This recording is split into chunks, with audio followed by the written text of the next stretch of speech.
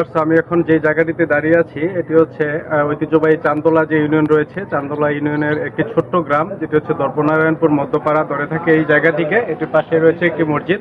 দেখতেই পাচ্ছেন যে দর্পনারায়ণপুর মধ্যপাড়া যে জামে মসজিদ রয়েছে, কেন্দ্রীয় জামে মসজিদের সামনে আমি আছি। খুব সুন্দর একটি মসজিদ ভিউয়ার্স, আমি দেখাচ্ছি একটু বাইরে থেকে।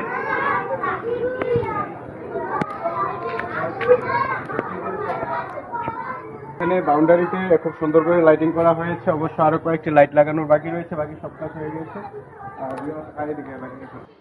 ভিউয়ার্স, দর্পনারায়ণপুর মধ্যপাড়া কেন্দ্রীয় জামে মসজিদে প্রবেশ করা মাত্রই আমাদের চোখে পড়ে মসজিদের নামটি বড় করে এখানে লিপিবদ্ধ করা হয়েছে টাইলসের মধ্যে, এবং কি সামনে রয়েছে মূল ফটকটি।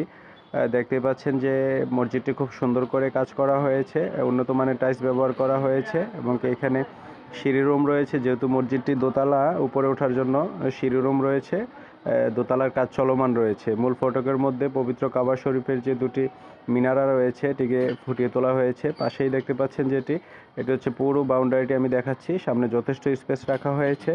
দেখা গেছে যে এখানে বিভিন্ন ধরনের মসজিদের যে সালিসি কার্যক্রম এখান থেকে পরিচালনা করতে পারেন।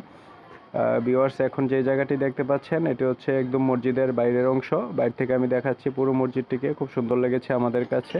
এটির সামনে রয়েছে যে গুরুস্থান বা কবরস্থান যেটি রয়েছে, এটি খুব সামনেই। কবরস্থানগুলো বেশ পরিপাটি ছিল, খুব সুন্দর।